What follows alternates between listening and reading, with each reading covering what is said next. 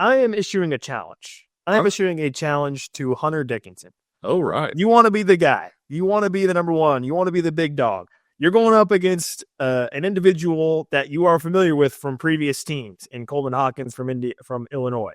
You are going up against a team that you should be familiar with from last year as well in Kansas State. You should know what this means. You should know what this game is about by now. You should understand the significance of playing in this type of game. I am issuing a challenge. Hunter Dickinson, go out, leave it all on the court, show it, prove it. Thanks for listening to KC Sports Network, proudly presented by Emprise Bank. If you're thinking about starting a business or know someone who is, check out Emprise Bank's SBA loans. It's always good to know your options, and they can be your partner in possible. Paid all who enter, and beware of this podcast. That's right, this is the Paid Podcast on the Kansas City Sports Network. I'm Nick Springer. I'm here with Kevin Flaherty, as always.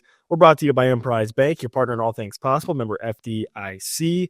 If you are listening to us on audio platforms, Apple, Spotify, subscribe, drop a 5-star rating and review. If you're joining us on our YouTube channel at Kansas Jayhawks KCSN, be sure to subscribe to the channel, like the show, and you can also drop a comment to share your thoughts on all things happening with KU. We have a little bit of a mixed bag show today on this Friday. We're going to be talking some KU football, some transfer portal updates, kind of sort of circling the wagons on that as the transfer portal starts to wind down at this stage before we get closer into spring ball and whatnot, and then previewing a little bit more of KU and K-State.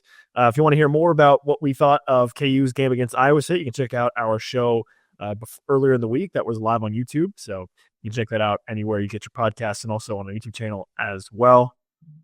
So a little bit of a mixed bag, like I said, and I will start with the transfer portal here for KU. We've talked quite a bit about it over the past month or so. We knew this was going to be a critical sort of, 4 to 5 weeks for Kansas football with losing so many seniors off their roster and trying to refill that on the transfer portal. As it stands today, they have 22 commitments out of the transfer portal. We've talked quite a bit about most of these guys over the course of the past month or so, but just to go through some of the highlights, looked in earlier in the transfer portal. You got a guy like Emmanuel Henderson, a wide receiver from Alabama. You get a guy like Joseph Sipp, a linebacker from Bowling Green. Cam Pickett from Ball State, another wide receiver. You add in Jaleel Hurley, a transfer from Alabama as well, former top recruit. And then there was still a couple of needs that it felt like Kansas still wanted to fill. And as of late, they've added maybe one of the biggest commitments that we've talked about was Trey Lathan, linebacker from West Virginia, who had almost 80 tackles this past season from the Mountaineers. And then earlier in the week, Kevin, sort of maybe one that we weren't totally expecting. I don't want to call it a surprise per se, but we thought that Kansas, one of their biggest needs still remaining was at the defensive end position, right? Yep. And Kansas sort of comes out of nowhere, and some, depending on who you're asking, and finds a way to get a transfer from Texas. Justice Finkley transfers to Kansas. He is rated as an 86 on the ratings for 24/7. That slots him in as one of the best recruits that Kansas has gotten out of the transfer portal. A lot of guys in the 86, 87 range from Texas at the defensive end position. What do you think of this get for Kansas? And I guess how significant do you think it was that they were able to get a guy at arguably their biggest remaining need before spring ball starts? Yeah, it feels like KU has a ton of guys for that weak side defensive end spot, but really needed to get somebody at that strong side spot. And take off the side part, and you get the scouting report on Justice Finkley. He is strong. He is a powerful dude. Being 6'2", he's not the longest guy at that position, but he's violent with his hands. He can move guys off of the ball. This is a guy, Nick, we've talked about with some of the other guys in this class that KU swung on guys who were former top recruits. Justice Finkley was, I think, the number 10 edge guy in his class, was a borderline top 100 guy overall. And so a guy who was a top recruit who did play quite a bit at Texas, was in the rotation at Texas, and Texas was pretty good at the edge spots this year. And so when you look at all of that, Finkley kind of brings what they need, right? In terms of, hey, this is a strong guy that can set the edge against the run. Against the pass, I think there will be some production. I don't know that he's going to be a guy that comes in and gets 10 sacks for you. I think that looking at what Jeremy Robinson was like as a pass rusher a year ago, it is probably a fairly good starting point, and that, Jeremy Robinson got a few sacks that were him rushing the passer well, got a few sacks that were kind of more coverage sacks, and was able to finish off plays that way. I see sort of a similar season rushing the passer from Finkley. I do think he's a guy that when you add him to that defensive tackle room as well, really makes this line difficult to run against. And the other thing, Nick, is the motor is excellent. One of my favorite clips from him, I think, was when Texas played BYU a couple years ago, ran the option, and he had the quarterback and made the quarterback pitch the ball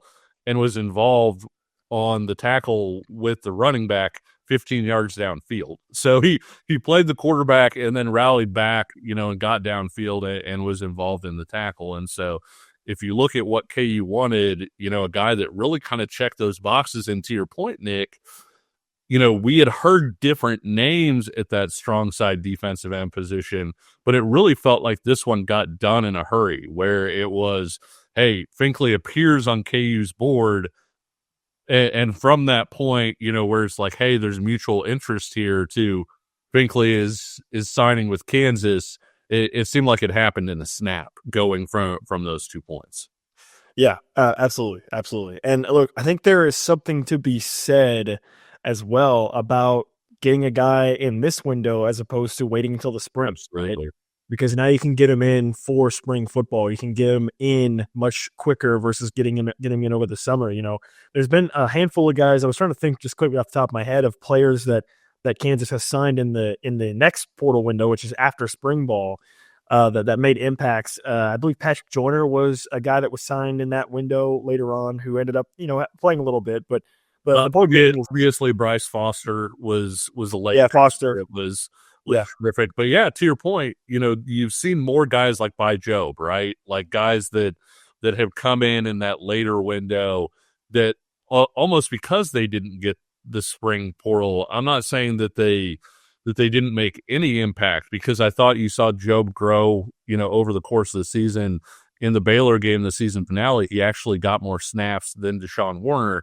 But at the same time, I think when By Job came in, the hope was that Job would be an immediate plug-in guy in that rotation with his ability.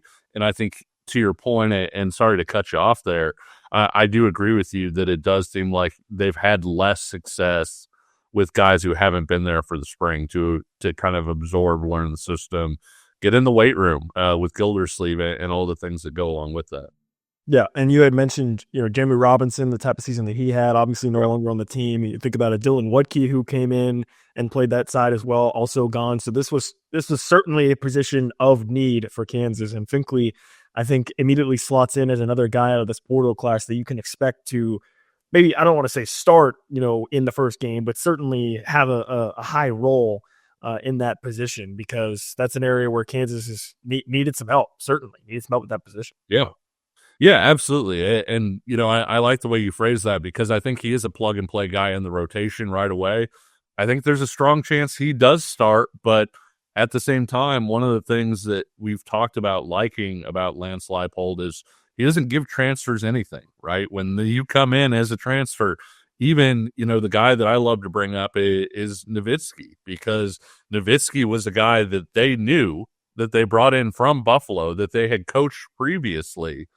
And even he started off, at the bottom of that offensive line group. Now, it took Nowitzki all of, about 5 seconds, I feel like, to prove that he was the best center and hop into that starting lineup. But the point was that he still had to prove it, even though they had previous experience coaching him at Buffalo and all those things. And so if you're a transfer, you got to earn it. And Finkley is going to have a chance to earn it. To your point, he could be a game one starter, and it wouldn't surprise me at all. But I think he absolutely projects as a guy that's going to be in that rotation, sort of from the word go, even if he doesn't wind up being a guy that starts right away. So Kansas now has 22 total transfers. They were very busy in a very short amount of time. We talked to Michael Swain earlier on in December, and I think you and I kind of both agree that maybe Kansas might add just a few more. I mean, this portal window is coming to a close, so you're going to be closing this. Then you'll have spring ball, and then there will be a second window that'll open kind of in that, I think, March, April time period where you might potentially look to add, a guy or two, whatever. But overall, this looks like pretty much what Kansas has got, and I think you and I both agree that the Jayhawks did a pretty good job of going out and finding a wide variety of players that you feel like can play right away in 2025, guys that have a high ceiling as well that maybe you hope to tap into at some point. So overall, really strong class for Kansas, and like they needed it with who they were losing from last season as well. So, but Kansas has not just been busy on the transfer portal recruiting trail, Kevin. They've also been busy on the high school recruiting trail as well, getting a couple big commitments for the class of 2026, which is guys that had their junior seasons this past season. JJ Dunnigan, who is a guy that you believe, Kevin, is the number one player in the state out of Manhattan. You and I have both seen him play in person, certainly an electric player, a cornerback safety hybrid type player who may be looking to play at wide receiver as well. In fact, that was one of the things he mentioned about committing to Kansas was the possibility of playing both ways. So that was a good start for Kansas in state. And then they added to that as well just recently, earlier this week, getting a big commitment from Hunter Higgins, who is a defensive end out of May South, which is around my neck of the woods. Shout out to the May South area. But yeah, a really, really strong player as well. And Kevin, you had the chance to go see him and hear from him a little bit. Let's play this clip here real quick of everything that Hunter Higgins had to say after committing to Kansas earlier this week. Here with Hunter Higgins right after the announcement. Pick Kansas. Why Kansas? You kind of talked about it a little bit, but kind of give your reasons for maybe those who weren't on the Instagram Live. Yeah. I mentioned I want a really good culture. I want a school that loves me like I love them. I just think the environment's so important when I pick this school, and I want to be a part of the classes that turn it around. So far, 3 in-state guys with you and Jalen and JJ. Why do you think KU's having that sort of success in-state in this class? I think it starts with the recruiting, with the recruiting side of things that Billy and Scott and Greg. I think it starts with them. I mean, they're so outgoing. They're big promoters of the school. They know what KU football is about, and so they're the perfect people to go to. And so, I mean, a big part of it is the success that these coaches have had at other schools, Coach Leipold and Coach O specifically. But, I mean, you start with the recruiting staff. That's who you talk to first, and I mean, no better staff to get the ball rolling with the school. Talking to Coach Pfeiffer just a minute ago, says you love watching film. I'm sure watching KU this year, you kind of look to see where you would fit in on the defense. Do you feel like you're kind of a hand-in-glove fit with that group? You know, I do, because I think part of that is that it's not so stuck and you have to be this exact type of player. I think they use guys with different strengths really well. You know, so I mean, I know Coach O is going to develop me really well. I just know that I'm going to be successful there. You know, I don't think I have to fit into a mold. I think they're going to make a mold out of me. They're going to, you know, make me my own player, not try and make me someone else that they've had success with. For those who maybe haven't seen you, who are you as a player? Yeah, I mean, I think I'm just a really hardworking guy who, you know, doesn't give up, and real tenacious when I play, and very technical though. You know, I love details with football, and I love, especially with D-line, just the art of it. I really think there's an art to the D-line and pass rushing in particular, but I think that I'm a guy who's very coachable, and so you're going to see improvement every year. I think that's a big thing that I've always took pride in, is listening to the coach and taking that advice and not making him say it 5 times. You know, like I'm putting it in the next rep, and I'm showing that improvement immediately. And so I feel like you know, I can develop very quickly. Anything else you'd like to add at all? I'm going to be right on the recruiting, you know, path of my own, getting other players, and so. Anybody you have your eye on? Like anybody? We're gonna get Ian for sure. He's gonna be a Jayhawk. Yeah, I don't know. He just doesn't know it yet. He doesn't know it yet, quite yet. Yeah, he's going to the game the 18th. Big mistake by him because we're all gonna be on making sure he knows where he's going. But I mean, there's other guys too that I'll be asking around. What guys do we need and what guys fit the culture. That's a big thing too. But that's gonna start immediately. All right, so that was Hunter Higgins immediately after his commitment to Kansas at May-South. By the way, sick hat also. A lot of people are getting some props for the hat and the jacket he was wearing as well.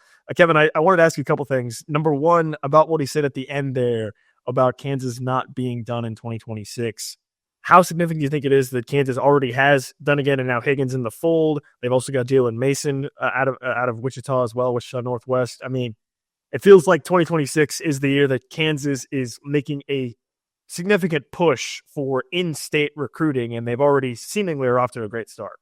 Yeah, Nick, obviously you're with me on Verbal Commitment podcast, and we talked about it, it feels like, gosh, a year ago, it hasn't been quite that long, about how Kansas was positioned to do really well in this 2026 in-state class. And I'll be honest with you, Nick, at the point that we said that, I'm not sure we thought that Kansas would get J.J. Dunnigan and Hunter Higgins. We were looking at some other guys that we thought that Kansas was really well positioned with in state. When you looked at, a guy like Nate Sims, a guy like Caden Snyder, different guys in that class that we felt like, hey, Kansas has a strong chance at. Josh Galbraith being right there in the state at Lawrence. I think, honestly, the funny thing is Braden Wilmus is committed to Clemson.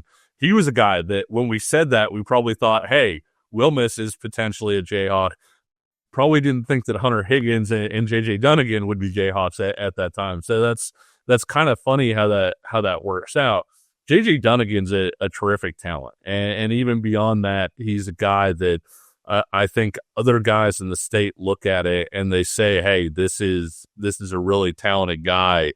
And so him picking Kansas, and not just picking Kansas, but picking Kansas so early, Nick, I feel like was almost kind of like a shot across the bow where you're looking at it and saying, oh my gosh, like Kansas just landed J.J. Dunnigan. To follow that up with Hunter Higgins, who had, a handful plus of, other Power 4 offers, was offered by K-State, wound up being as an in-state guy. And we had him on the show and he talked about growing up a K-State fan. But then when he got down to really looking at schools through the process, he wound up with a final group of Kansas, Michigan, Nebraska, and Wisconsin, with Kansas coming out on top. And you can see from that clip how excited he is to be a Jayhawk. And Higgins is another guy that I think people across the state kind of sit up and say, oh, like he just picked Kansas with the options that he had. I also think, too, that another thing that you can't sleep on, because Hunter Higgins is a really good player in his own right. We just talked about what Kansas wants at strong side defensive end. Hunter Higgins is what Kansas wants at that position, right? Like, he's got a big frame. He's 6'5". He's probably going to play in college at 255, 260. He's not that far off that right now. He's got strength, but he also has a lot more juice there. Like, I think that there's a world where Hunter Higgins is a really effective pass rusher at the next level. But even taking all of that out of the equation, Nick, I think Hunter Higgins has a chance to be potentially, if not the most effective recruiter that Kansas has had in a while, one of the most effective recruiters in a while. And so you add in Jalen Mason to that group, the giant junior day that Kansas is going to have this weekend, and having all these in-state guys in, having guys come in from out of state. It would not surprise me at all to see Kansas continue its in-state momentum with guys like Dunnigan and Mason and Higgins kind of getting in guys' ears and saying, hey, you see the momentum, you see what's building here, and potentially adding guys there. And that could be a huge deal, because adding Hunter Higgins in November when signing day is in December, it's great. You're excited about getting Hunter Higgins at that point. Getting him in December or January, the previous year where he's there for pretty much your whole recruiting process, and he's a guy that's calling people and telling them to join him. That's just a huge gift for Kansas at this point. Yeah, look, you kind of took the words right out of my mouth a little bit there with talking about Hunter Higgins projecting out at Kansas because, look, we just spent some time talking about Justice Finkley as a strong side defensive end. That's exactly what Hunter Higgins profiles to be and exactly what I think Kansas is looking for. So it's really a hand-in-glove fit, I think, for KU with Hunter Higgins, which is very, very exciting. And, of course, you mentioned some of the other big names. I mean, think about a tight end like Ian Premer, who could be a huge addition for Kansas potentially. He's going to be on campus coming up tomorrow for KU and K-State and many more guys along with Hunter Higgins as well. So big opportunities for Kansas, and certainly they're off to a strong start in the class of 2026 on the football side. Speaking of that KU K-State game, we're going to be talking a little bit more about that coming up on the other side. Of course, though, we do got to tell you about our friends over at Home Field Apparel. You can shop Home Field Apparel over at homefieldapparel.com to get 30-plus Kansas items, 130-plus other schools, including Kansas, actually. Look, Hunter Higgins is rocking a little bit of a retro hat. That's what Home Field specializes in. They've got retro logos, retro fits, sort of that old school, classic style, different logos as well. So you can find all of that and more over at homefieldapparel.com. And you can use the promo code PAYHEAT24 for 15% off your first order. So you can save a little bit of money as well. Look, we're helping you out here. We're helping you out. So that's PAYHEAT24 is the discount code to save 15% off of your first order at homefieldapparel.com. And we're going to talk KU and K-State coming up next. Looking for tickets for your next event? Tickets for Less is your number one source. Save big on every purchase when you use promo code KCSN at ticketsforless.com. This is the Paid Podcast on the Kansas City Sports Network. I'm Nick Springer. I'm here with Kevin Flaherty. We're brought to you by Emprise Bank, your partner in all things possible. Member FDIC. There's some really good conversation there at the start of the show about KU football and the transfer portal and also on the recruiting trail on the high school level as well. And sort of transitioning from that into KU basketball, you mentioned it. They're going to have a lot of football recruits coming up on Saturday tomorrow for the KU K-State basketball game. And this is a game that maybe doesn't have the big-time juice of a rivalry game that you would hope to have because of one team's particular struggles this season. Kansas, of course, is coming off of a pretty tough loss against Iowa State in Ames. Kansas now 12-4 on the year. They've already got 2 losses in conference play. Kansas State, on the other hand, Kevin, this team has just absolutely imploded on itself already at this point of the season. They have just 1 win in conference play. They're 1-4 overall in conference play. 1-4 in conference play. They've really, really struggled. You mentioned it, I think, briefly in our show after the Iowa State game about this matchup between Kansas and Kansas State and how it bears some similarities for you to another rivalry game that KU played in last year. What makes you think that, and what are you expecting maybe from this game between KU and K-State? Yeah, I think, Kansas usually kind of handles K-State in Allen Fieldhouse. It feels like Kansas always has a single possession game in Manhattan, and then the game comes over to Allen Fieldhouse. After that one, Kansas is motivated because of whatever happened in Manhattan, and Kansas kind of takes care of business. But it does remind me a lot of the Missouri game from a year ago when you looked at, Kansas had kind of destroyed Missouri in the rivalry since it renewed and had won each of those games. The game was at Allen Fieldhouse. Missouri wasn't super good, and so there was a general feeling, Kansas is going to destroy Missouri again. And what you saw was a game where there wasn't a whole lot of energy on KU's side. Missouri was playing very hard because it was a rivalry game, and we're showing really, really strong effort. And so Kansas wasn't necessarily ever super in danger, I don't think, Nick, of losing that game. But I think a lot of people left dissatisfied with a 9-point win. And when you look at this game against K-State, K-State has some talent. It hasn't worked out. The chemistry isn't there. It's funny watching them against Houston. One of the things that I pointed out was Houston is absurdly well coached, has great chemistry. Everybody understands their roles. And so Houston's talent level plays up right, because of that. And so not that Houston's not talented, but they absolutely maximize it, and, you know, they're greater than the sum of their parts. K-State this year, you know, they haven't done a great job of playing together. The chemistry isn't there. And so it's a team that has some talent, but it's playing down right now because the pieces aren't fitting together. You know, I think there are some internal things going on there as well. But when you look at all of that, Nick, this is K-State's chance, right? Like, I'm not saying it saves your season because the expectations for the season are hard, or were really high, excuse me. But I do think that K-State has a chance to come out with more energy in this one than kind of they've come out before. Also, if you look at K-State's last game, Jerome Tang was starting to rotate through some younger guys quite a bit more. And so it could be a situation where guys are kind of playing better than you would expect given their record and the fact that it's a rivalry game and all of those things. Whereas from KU's standpoint, you hope it's not the case, but I could also see KU coming in and not necessarily having just this ridiculous energy level because K-State is coming in on a low. Yeah, I mean, look, K-State, obviously, it's been an absolute train wreck for them this season, right? They have inarguably one of the most expensive rosters in college basketball from an NIL standpoint. That's kind of been well documented.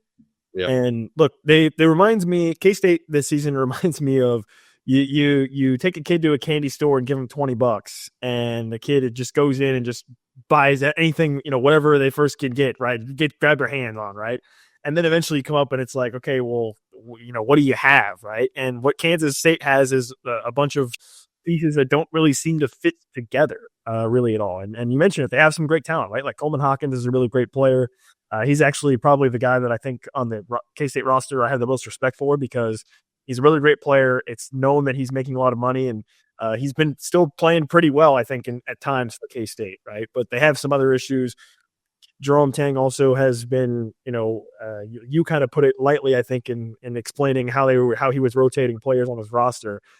He's kind of just been seemingly willy-nilly, totally random, benching guys, starting guys, you know, starts Doug McDaniel in one game because he says God told him to, and then doesn't play him again. And like you know, it's just some weird stuff going on.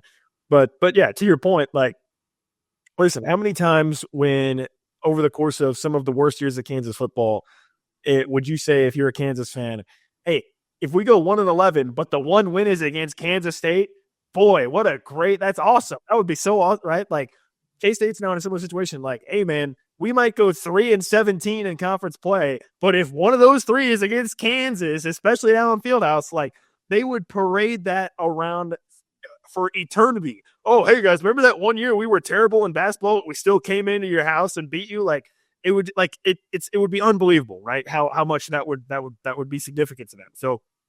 So yes, from that perspective, like you think Kansas State may come out with a little bit more energy in this game, but then, you know, from the Kansas perspective, like you said, I mean, after the loss to Iowa State, we saw how Kansas responded after the loss to West Virginia, right? Yeah, sure. A very large response. And I'm thinking there might be something similar to that potentially for Kansas in this game against Kansas State and going forward, because for Kansas, like you just went through a stretch where you had to go play 2 road games. You beat Cincinnati, you lose to Iowa State. Kevin, you've got another stretch coming up here where you're going to have Houston, Baylor, and Iowa State in 3 out of 4 games, right? Yeah. So that's on the horizon for Kansas as well. So yeah, this is a game where, you know, Ken Palm says it's a 19-point game. Nick Palm probably says it's even more. But I will say this one thing. From the outside perspective, I think for Kansas fans, if you win this game by 10 instead of 25, I think that could be looked at as a failure. I would hesitate to frame that game in this way, because if you're Kansas at this point, like, I would approach it as, hey, look, the scoreboard doesn't matter. I understand it's a rivalry game. The scoreboard doesn't matter. Like, if you look better, if you play better, and it's, you know, you only win by 12 or whatever, like, that's still a successful game in my book, right? I think a lot of people are going to be watching the scoreboard in this one and panicking if it's not a dominant performance from Kansas. And I would just hesitate to sort of view this game through that context, because if you're Kansas, we talked about it. Look, it's you're in the middle of January, right? Like you're still, if you want to be a true national championship contender, you don't want to be playing your best basketball right now. You want to be starting to build up. And I would just want to see Kansas take a step forward from the Iowa State game, right? And move up a little bit that way. So that's really what I'm kind of watching for in this one. Like, it's a self-improvement game. You're playing against a team that is terrible. I mean, these boys stink. I know that Coleman Hawkins is a good player, but man, they have not shown anything else. They've been horrible on defense. They shoot a ton of threes. They are terrible at stopping in the paint. Like, this is a game where Hunter Dickinson should have a big game against Coleman Hawkins, you would hope, or against, whoever he's matched up against, whether it's in Guesson or whatever. Like, you should have a very, very dominant game against Kansas State. And, regardless of the scoreboard, just show that you are the superior team and you go out and you win this game. I'm not going to be paying attention to the scoreboard, assuming it's like, I will be paying attention to it if it's like, a 4-point game or like a 3-point game. But to me, a 12-point win tomorrow versus a 20-point win, that's not going to dramatically sway my opinion of the game or of KU. If I see from a 12-point win, hey, look, Hunter Dickinson was playing better, DeJuan Harris was playing better, maybe AJ Storr has a couple key moments, Rylan Griffin gets going, whatever it may be. Like, that's what I'm more looking for. This is an opportunity for Kansas to get better. This is an opportunity for individuals to have a chance to perform, and like, you should win. So that part's irrelevant. What is relevant is getting better and understanding, hey, look, this is a chance to improve, and looking forward to where you're going to be playing against tough opponents again. Look, you're going to see Iowa State again coming up in just a few weeks. Like, that's what matters, I think, if you're Kansas. Yeah. You're taking this as part of the process. And to your point, too, this has a chance to be a get-right game for K-State, and I think that they could package it that way, too, and that if you find a way to win at Allen Fieldhouse somehow, you go to Baylor next, which you're probably going to lose, but then you come back home against West Virginia and Oklahoma State, and K-State is typically significantly better at home. And so if you win this game, Nick, there's a chance to all of a sudden get to a point where you're 4-5 in conference and things aren't nearly as disastrous. You aren't behind the 8 ball as much as you once were. And so this is kind of that intersection game, right, for K-State, where it's whatever has happened to this point. If you win this game, we can get back on track. There's still time. And so I do think that makes K-State, I don't want to say dangerous from an upsetting Kansas standpoint, because I do think K-State's got things they're working through. And I think the other part of the equation that we haven't talked about, Nick, is, look, Kansas struggles to put the ball in the basket sometimes, but Kansas has figured out a lot defensively. And defense is one of those things that when you have it, it travels week to week, game to game. It's something that you can kind of always expect to be there. And so I think that raises Kansas's floor significantly. The shot making is going to be the ceiling, right? When we're looking at, hey, when we're looking in March, can this Kansas team go to a Final Four, win a national championship? That's going to depend on how lineups are shaking out, whether the offense is there. But I do think, I don't want to say Kansas is upset proof, but I think that Kansas is significantly protected from upsets because of the way the defense has been playing and what they've done there.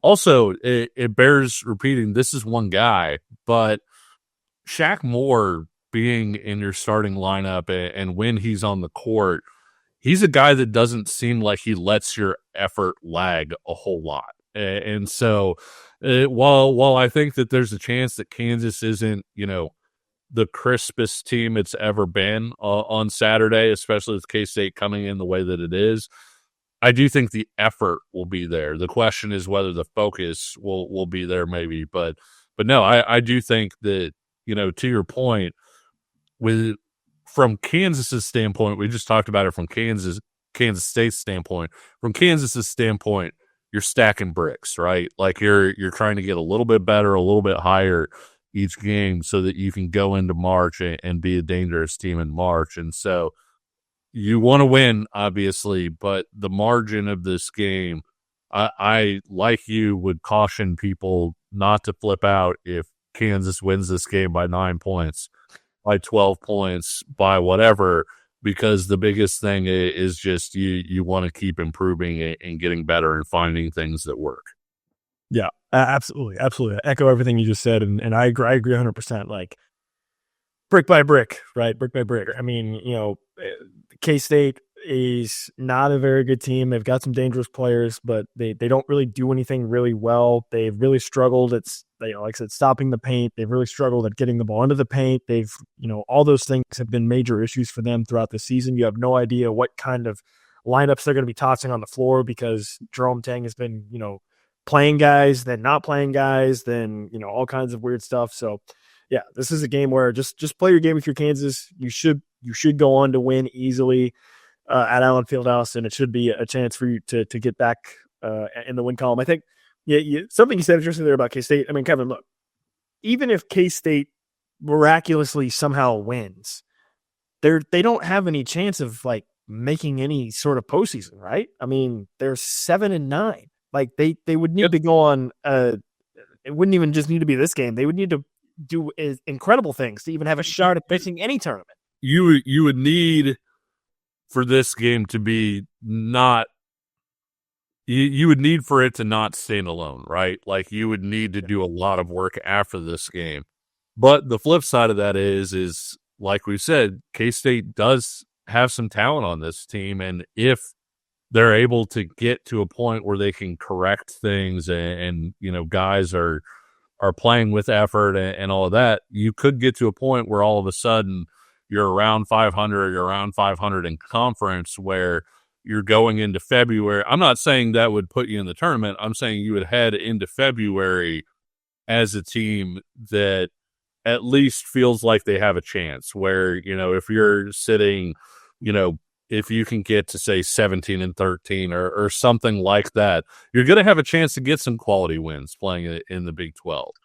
But with where K-State is at right now, the issue with all of that, to your point that you're making, even if K-State does beat Kansas, K-State's biggest issue this year is consistency. And it's not just game to game, Nick. It's seemingly TV timeout to TV timeout, right? Like, in terms of, you come out and Brendan Housen will hit like 3 threes and you're like, all right, K-State's looking great.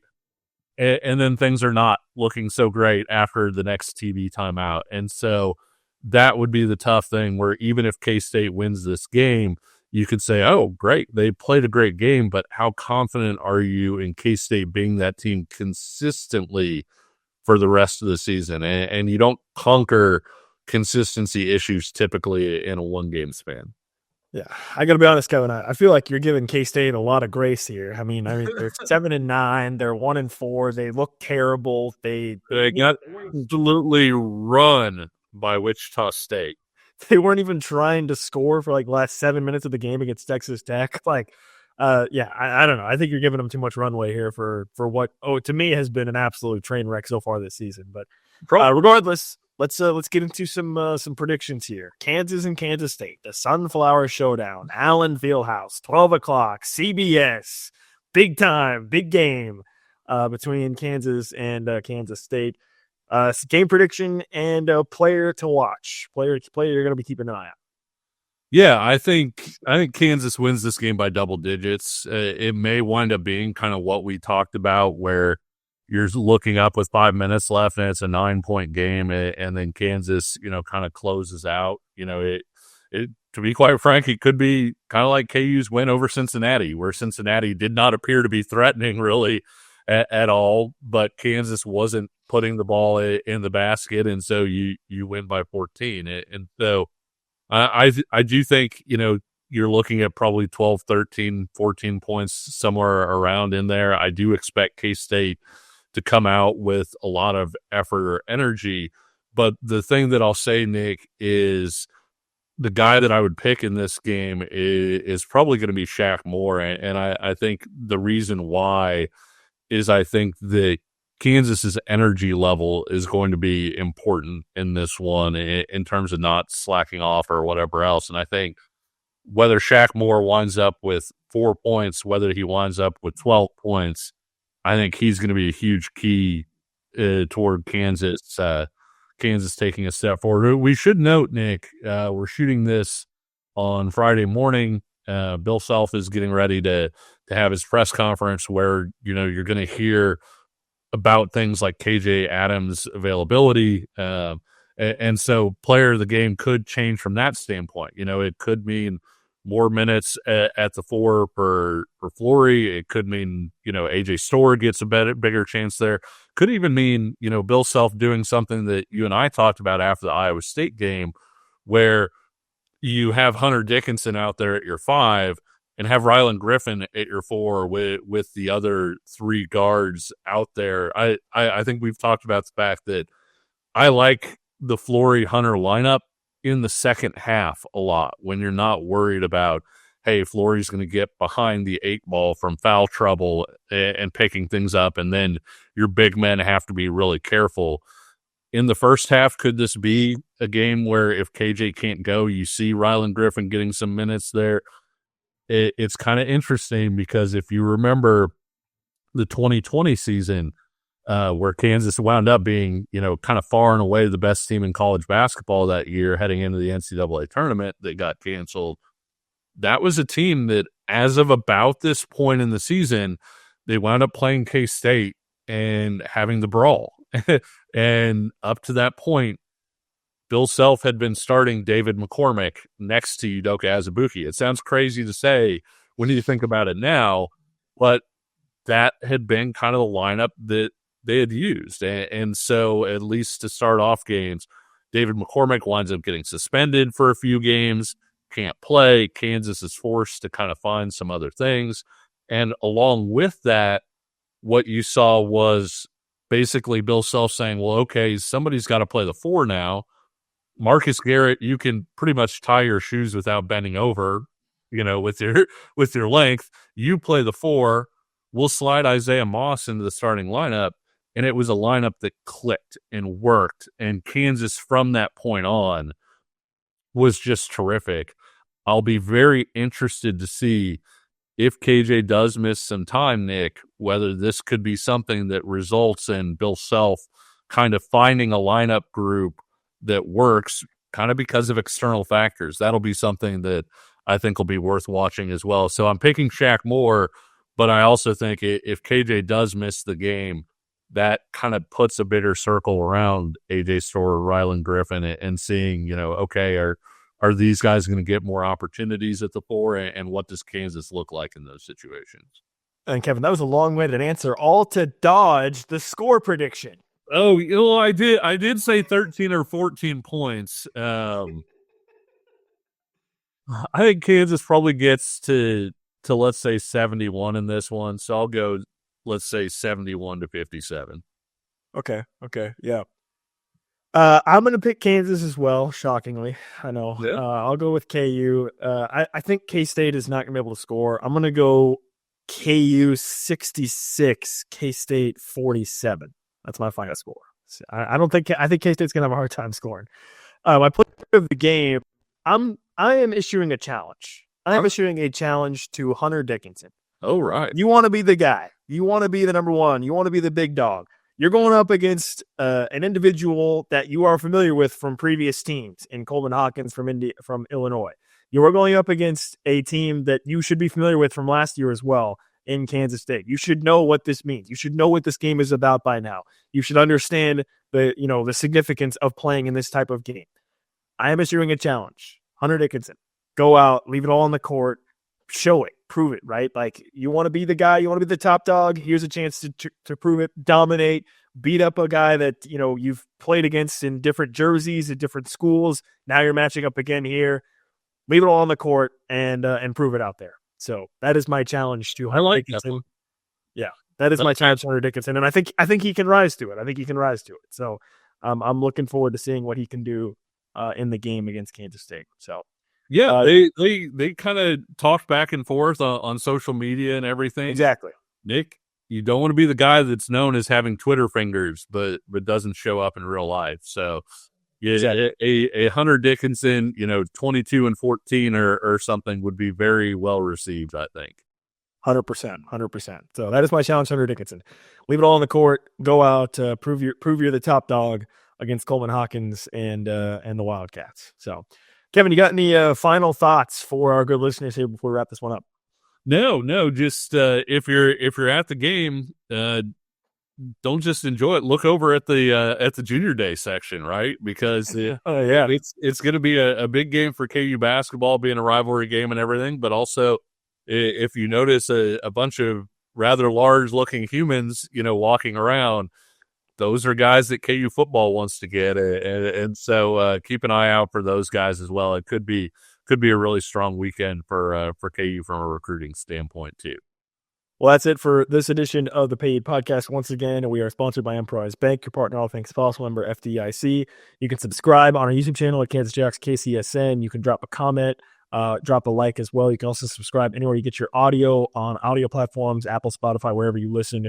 Subscribe there, drop a 5-star rating and review as well. You can follow us on social media at NickSpringer29, at K-Flaherty KCSN. You can follow our podcast account at Payheat KCSN, tweeting about KU. Tweeted a clip from the Hunter Higgins interview as well on our social media account that I think KU fans really enjoyed as well. So tons of ways to get in contact with the show, to join in on the conversation, all that great stuff. Please do that. Please subscribe. Please tell your friends and family about us as well. We are getting ever closer to 500 subscribers on our YouTube channel. That's been the goal. We're almost there. So if you haven't subscribed, do click that subscribe button as well also.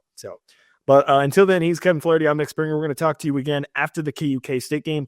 We won't be going live, though. We were originally planning to or considering it, but the Chiefs decided they're going to play a game on Saturday afternoon as well. So we will not be going live after the game so that you can enjoy KU and then hopefully enjoy the Chiefs as well on Saturday. But we'll talk to you again very soon, recapping KU and K-State and plenty more. Until then, he's Kevin Flaherty. I'm Nick Springer. See ya.